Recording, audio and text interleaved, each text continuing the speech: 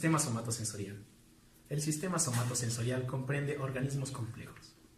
Consiste en centros de recepción y proceso, cuya función es producir modalidades de estímulos tales como el tacto, la temperatura, la propiocepción, posición del cuerpo, y la nociocepción, el dolor. Los receptores sensoriales actúan en la piel, el epitelio, el músculo esquelético, los huesos y articulaciones, órganos internos y el sistema cardiovascular. Mientras que el tacto es considerado uno de los 5 sentidos tradicionales, la impresión del tacto está formada por varias modalidades. El sistema reacciona a los estímulos usando diferentes receptores, termorreceptores, mecanorreceptores y quimiorreceptores. La transmisión de información desde los receptores pasa por vía de los nervios sensoriales a través de tractos en la médula espinal y en el cerebro. Anatomía. El sistema somatosensorial se extiende por todas las regiones del cuerpo del mamífero. Vía somatosensorial.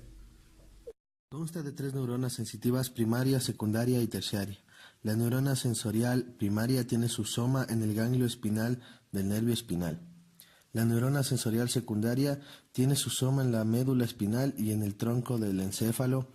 El axón ascendente atraviesa en forma de decusación hacia el lado opuesto de la médula espinal o en el tronco del encéfalo.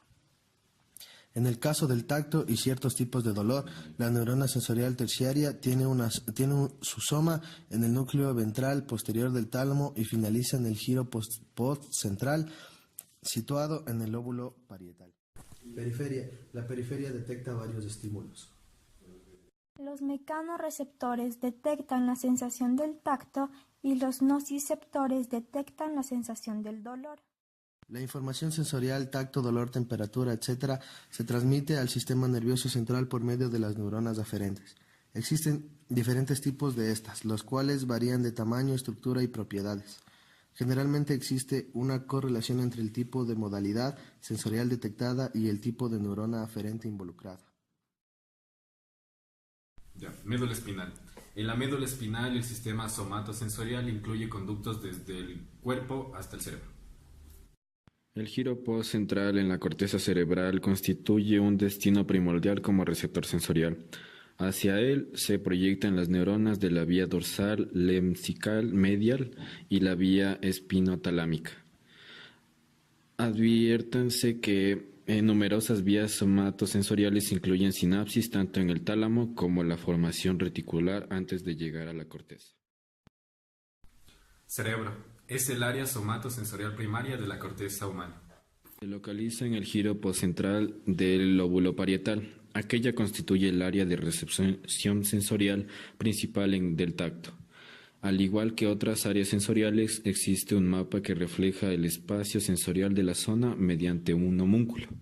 Para la corteza somatosensorial primaria podemos hablar del homúnculo sensorial. Sentidos químicos.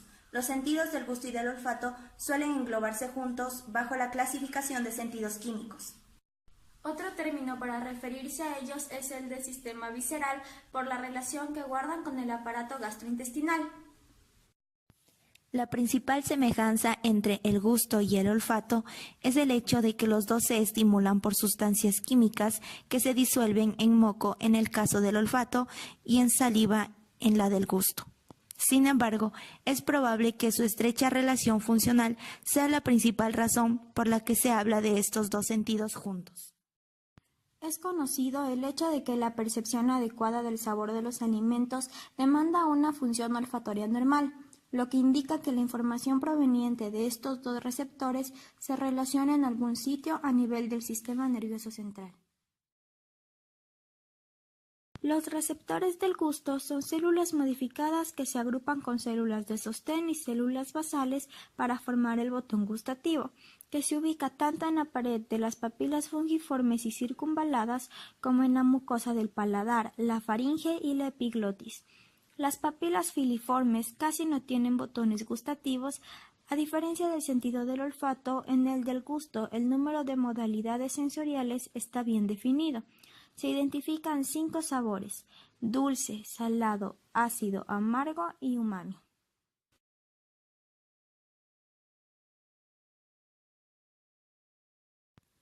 Los receptores del olfato son neuronas y se clasifican como telereceptores. Su capacidad de discriminación es enorme. El ser humano puede reconocer más de 10.000 olores diferentes. En contraste, la capacidad para discriminar entre intensidades diferentes de los olores es muy diferente. Se requiere una variación aproximada del 30% para detectar una diferencia.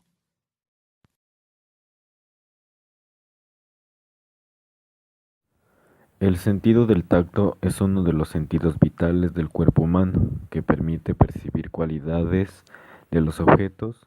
Es el encargado de percibir la temperatura, la presión y dolor del cuerpo de cada ser humano. En la piel se encuentran diferentes clases de receptores nerviosos, que se encargan de transformar los diferentes tipos de estímulos del exterior en información susceptible para la interpretación en el cerebro. Las personas son capaces de determinar en qué lugar exacto se produce el contacto a las alteraciones.